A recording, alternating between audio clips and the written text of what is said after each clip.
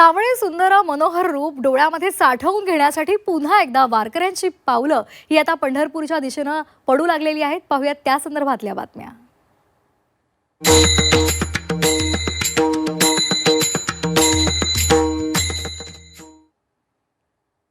आम्ही वैकुंठाचे राजे आलो आलो याची काजे तुम्हा भक्ता कारणे देह धरिले नारायणे नावे नामाची आवडी जपे विष्णूची रे जोडी तुका म्हणे सोपे वाट हरी नावाची रे नीट मुखी ज्ञानोबा आणि तुकोबांचा गजर आणि आसमंतात घुमणारा टाळ मृदंगाचा नाद खांद्यावर पताका डोक्यावर तुळशी वृंदावन गळ्यामध्ये वीणा मृदंग कपाळी चंदनाचा टिळा अशा भक्तिमय वातावरणामध्ये संत ज्ञानेश्वर माऊलींच्या आणि संत तुकाराम महाराजांच्या पालख्या पुणेकरांचा निरोप घेऊन आता पंढरीच्या दिशेने प्रस्थान ठेवत आहेत।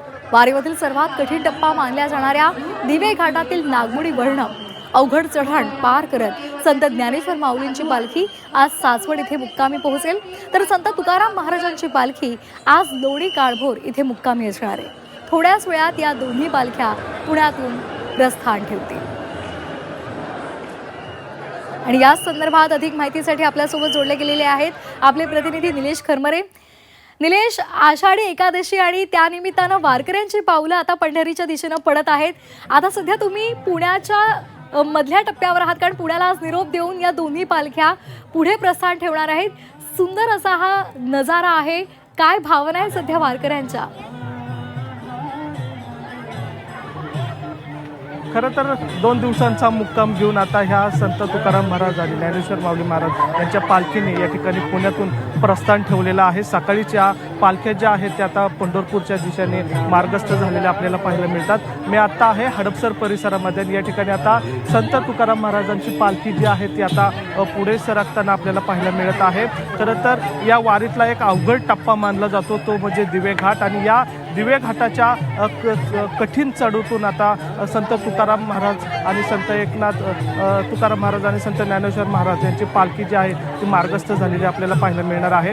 विशेष करून आज जर बघितलं तर संत तुकाराम महाराजांची पालखी जी आहे ती आज लोणी काळभोरमध्ये मुक्कामी असणारे आहे आणि संत ज्ञानेश्वर महाराजांची पालखी जी आहे ती आज सासवडमध्ये मुक्कामी असणार आहे। मात्र या वारी दरम्यान महत्त्वाचा जो चढण मानली जाते किंवा नागमोडी वळण जे असतं ते म्हणजे दिवे घाट, आणि या दिवे घाटातून आज संत ज्ञानेश्वर माऊली महाराजांची पालखी जी आहे ती मार्गस्थ होताना आपल्याला पाहायला मिळत आहे। मी हे दृश्य तुम्हाला दाखवतो। या ठिकाणी आपण जर बघितलं तर संत तुकाराम महाराजांचा नगारखाना जो आहे किंवा जे मंगलवाद्य म्हणलेलं जातं नगारखान्याला, ते वाद्य जे आहे ते आता या ठिकाणी दाखल झालेलं आहे। मोठा उत्साह जो आहे तो पुणेकरांमध्ये आपल्याला या ठिकाणी पाहायला मिळत आहे। खरं तर एक ओवी आहे, वाट चालती पंढरपुरी, अशा या शब्दामध्ये आता पंढरपूरच्या दिशेने अनेक भक्तजन जे आहेत ते आता या ठिकाणी निघालेले आपल्याला पाहायला मिळतात।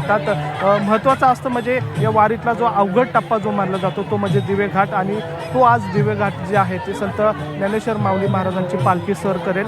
अनेक लोक जे आहेत ते दिवे घाटातून पालखी कशा पद्धतीने पुढे येते हे पाहण्यासाठी ते चित्र टिपण्यासाठी अनेक पुणेकर जे हे दिवे घाटामध्ये येत असतात। मात्र कालपासून जर बघितलं तर वरुण राजाने काहीशी विश्रांती घेतलेली आपल्याला पाहायला मिळाली आहे। त्यामुळं पुण्यामध्ये वारीचा उत्साह जो आहे तो मोठ्या प्रमाणात वाढलेला आहे आणि तुकारामांच्या जय घोष असेल किंवा ज्ञानेश्वरांचा जय घोष असेल असा आनंदमय वातावरण जे आहे ते पुण्यामध्ये आपल्याला पाहायला मिळत आहे। अनेक वर्षानुवर्षे वाट पाहणारे हे वारकरी जे आहेत ते आता या पंढरीच्या वाटेला लागलेले आहेत।